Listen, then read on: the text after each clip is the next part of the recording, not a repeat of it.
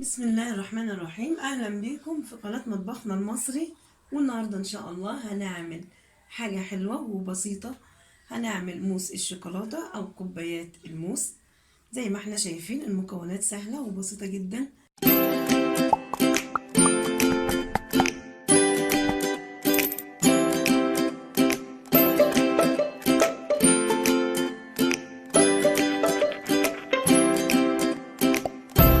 هنا عندي ربع كيلو شوكولاتة مبشور،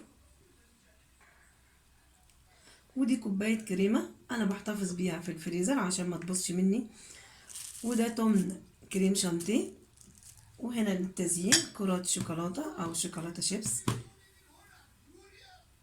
التزيين طبعا متروك، كل واحد يزين زي ما يحب. ودلوقتي هنبدأ على طول. بسم الله.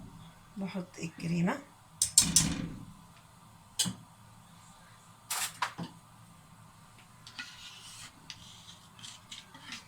بسيح الكريمة توصل لدرجة الغليان، بس ما بخليهاش تغلي كتير عشان ما تفصلش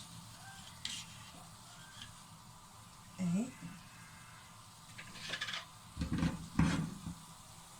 يا دوب بتسيح معايا كده وتسخن.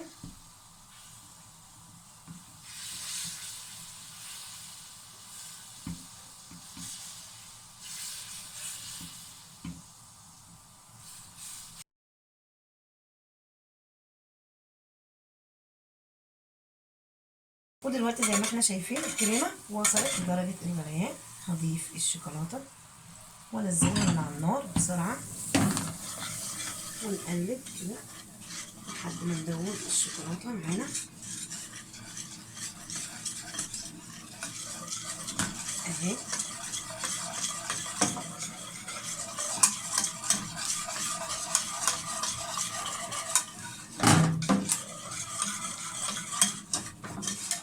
زي ما احنا شايفين كده ناعمة، ما فيهاش اي تخريز ولا اي حاجة، الحمد لله.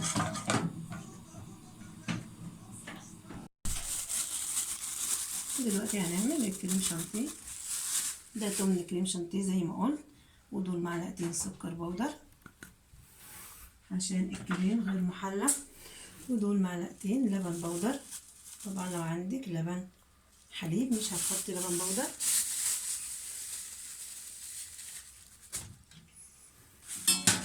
وهضيف كوباية مية ساقعة او لبن زي ما قلت، ولازم تكون ساقعة وساقعة جدا كمان.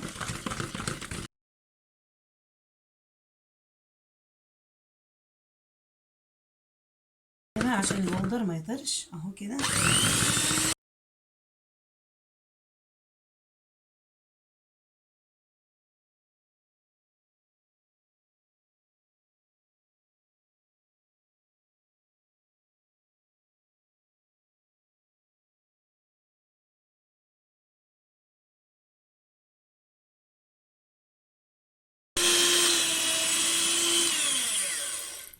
كده خلاص الكريم شانتيه. ودي معلقة كاكاو غامق انا نسيت احطها بس في المقادير اهو. وبقلب برضو بسرعة كده عشان ما تخرجش مني. بسم الله الرحمن الرحيم. وبجيب الكريم شانتيه، انا خليت حتة عشان ازين بيها.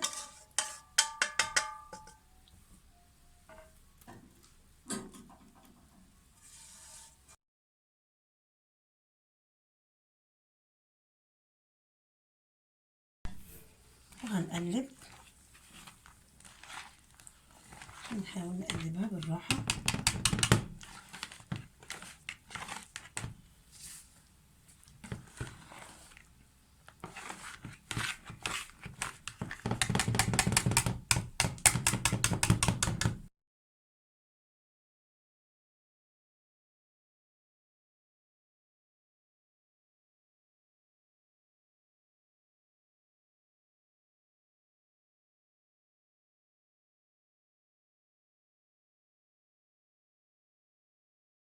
بس كده حلوة قوي اهي. بسم الله ما شاء الله. احنا شايفينها ناعمة قد ايه. طبعا لازم نسيبها في التلاجة مش اقل من 4-5 ساعات. ودلوقتي هنبدأ ننزل في الكاسات كده.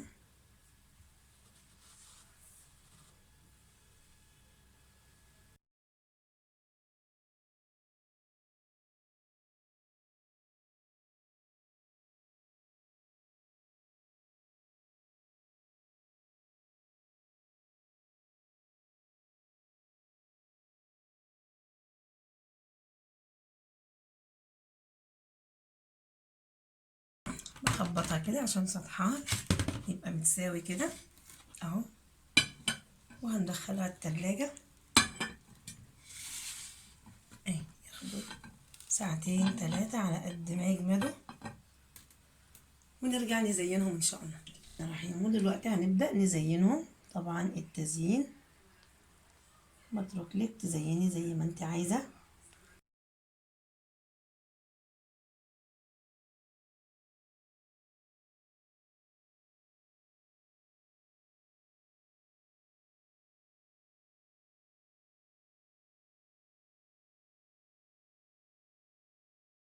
وده الشكل النهائي لكوبايات الموس او موس الشوكولاتة. جربوها ان شاء الله هتعجبكم، وبالهنا والشفا. واذا عجبكم الفيديو ما تنسوش اللايك والشير والاشتراك في القناة وتفعيل الجرس، وشكرا.